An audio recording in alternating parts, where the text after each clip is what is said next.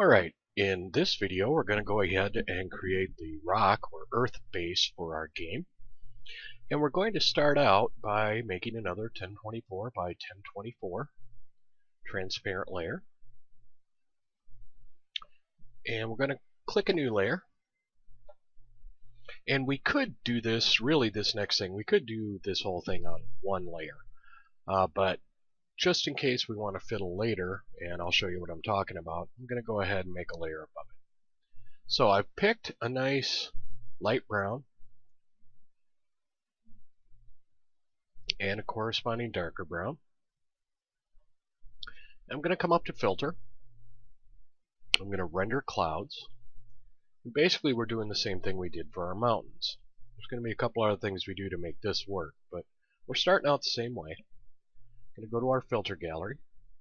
I'm going to choose our stained glass under texture again. And for self size, I'm up around 47. I thickened the border to up to about 11. Still no light intensity. It's really all up to you where you want to do this at and what looks good to you. But we're going to run with that for now. Now, this is where we can either stop, or if you're really picky, we can go on and do something. If you want the kind of old school block look, you're pretty much good to go right here. As you can see, the separations that we have between our stones also border this entire square. So we have a block, and if you want to go that route, that's great. However, if you should be nitpicky and you want all your ground that you put together to tile, we've got a little bit more work to do, and I'll show you what I mean. Since we made a 1024, I'm going to double that up and make a 2048. And if we come back here, I'm going to click Control A to select everything, Control C to copy it, then over here Control V to paste it. With my move tool on, I'm going to snap that down to the corner.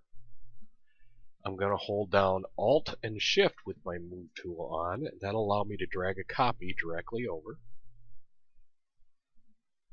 I'm going to hit Control E to collapse that down, and Alt Shift again. And you see you get your blocks that you can stack, but they're outlined. Like I said, if you want to go old school, you're fine right here. We're going to get rid of this for now. If you don't, if you want to be able to tile this and make it look like one continuous piece of ground, we've got a little bit more work to do. So the first thing I'm going to do is get rid of this border all the way around, because that's going to give us trouble later if we don't. So I'm going to hit Control T. I'm going to come up to a corner, hold down Shift so it scales evenly. I'm going to drag this up a little bit. Doesn't matter at all how much, really.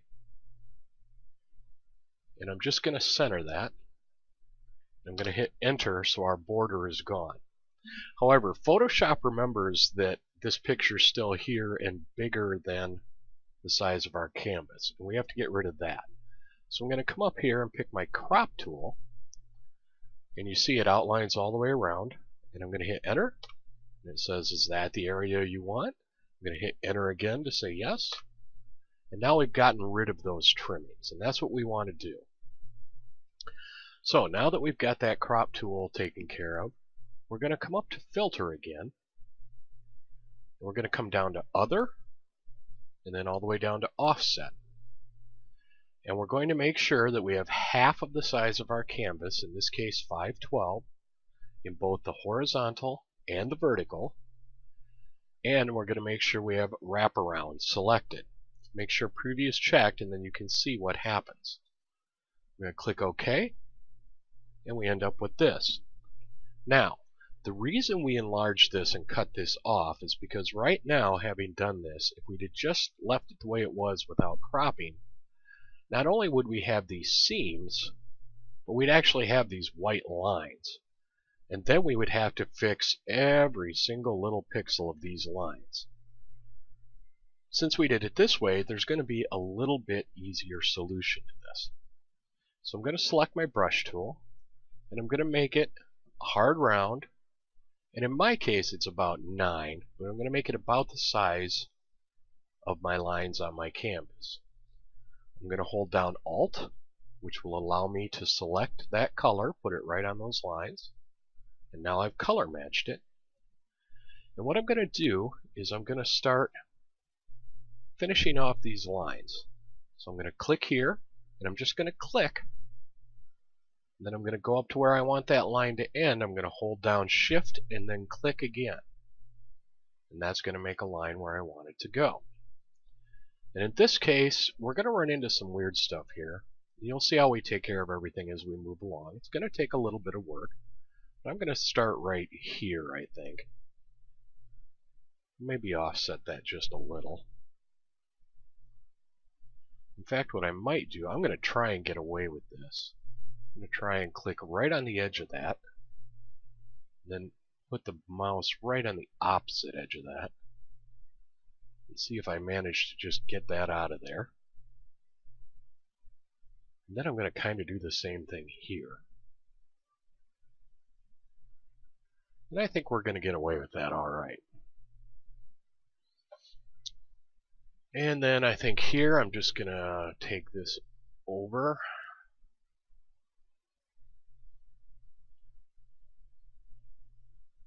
Which is a little bit bizarre, but that's okay. Down here I'm going to go right up to here.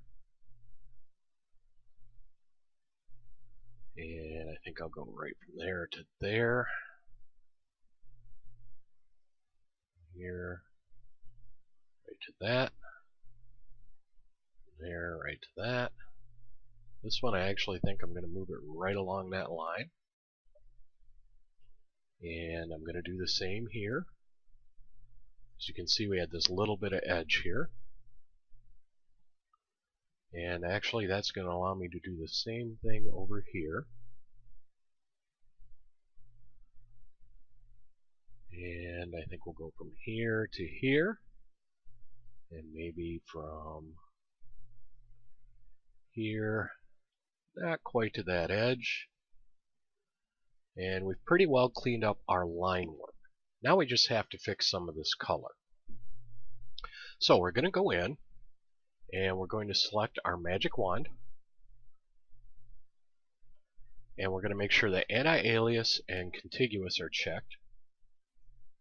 And I'm going to come in and I'm just going to select one of these zones. I'm going to pick the color off that I like, and looking at the colors around it, I kind of like this medium brown. So I'm going to hit G to go to my paint bucket tool, hold down Alt so that I can select that color, and then I'm just going to fill that in. Then I'm going to keep working back and forth, and I'm going to select this, select paint bucket, select that, and paste that in. And we're going to select down here, hit G, Alt, and then fill it. And because this one's going to touch up here, we're going to leave it the color that we just selected. We're going to select this tiny little bit, go right back to G and fill that so it matches. And we're going to keep working our way around this. Now let's see, what's another...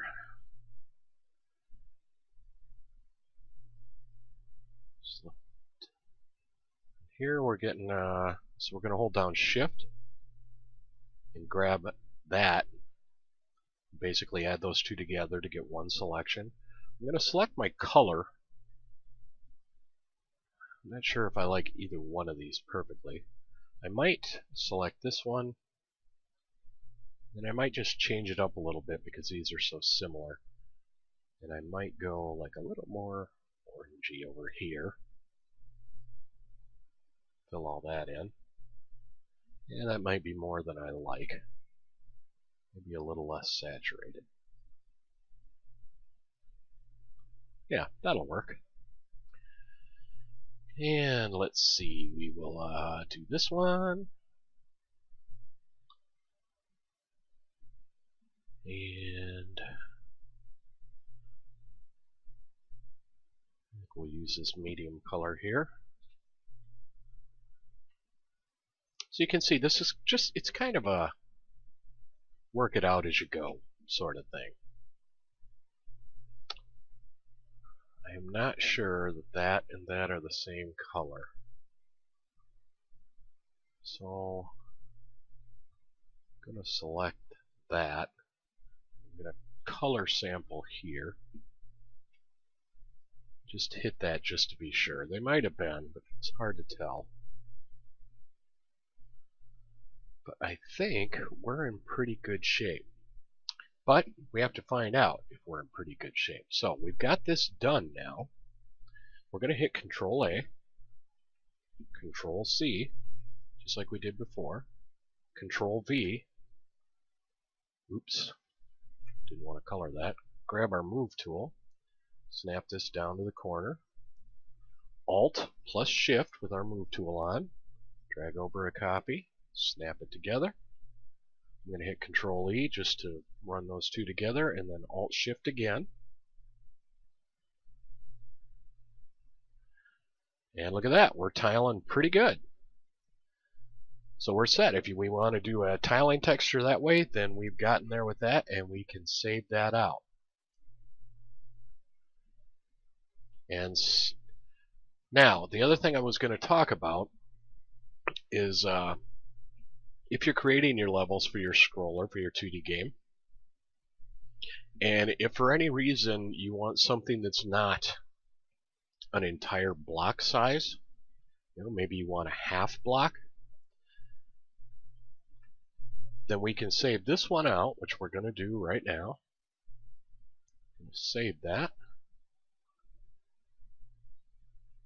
We're going to save it as a targa, just because I like targas. And we're going to call this Earth. We will save 32 bits. We don't really, actually we can do 24 on this one. That's fine. But now let's say you want like a half block. Well, then first thing we're going to do is make sure we get exactly a half block. And we're going to go from Edit to Preferences, Grids, Guides, and Slices. We're going to come down to our grid, and we have this thing over here that says grid line every whatever it's set to. Now we're using 1024, so half of that is 512. And we want to make sure it's pixels. And we don't care about subdivisions because we don't want to do too much with this. And nothing seems to happen, but that's because we don't have our grids turned on. So I'm going to hit Control and the little oh great, now I can't think of it. The quotation marks, Control quotation marks, and you'll see our grid pops up. So now we have something to snap to. So we're going to come back over here to our marquee selection, and we're going to make sure we're on rectangular. And then up here at top, I'm just going to grab this and snap right to that grid. And I'm just going to hit delete. We can hit Control D to deselect that. We can hit Control quotation marks to turn our grid back off if we want. And I'm going to go to File, Save As,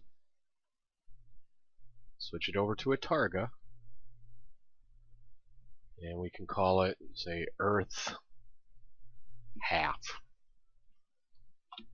if we want. And we're all set. I'm going to make that 32 bits, save, and we've got our Earth done. Alright, the thing we're going to look at in the next video is how to create some grass for the tops of our Earth, and also some grass for just placing around our level for a little bit of added effect. I'll see you in that video.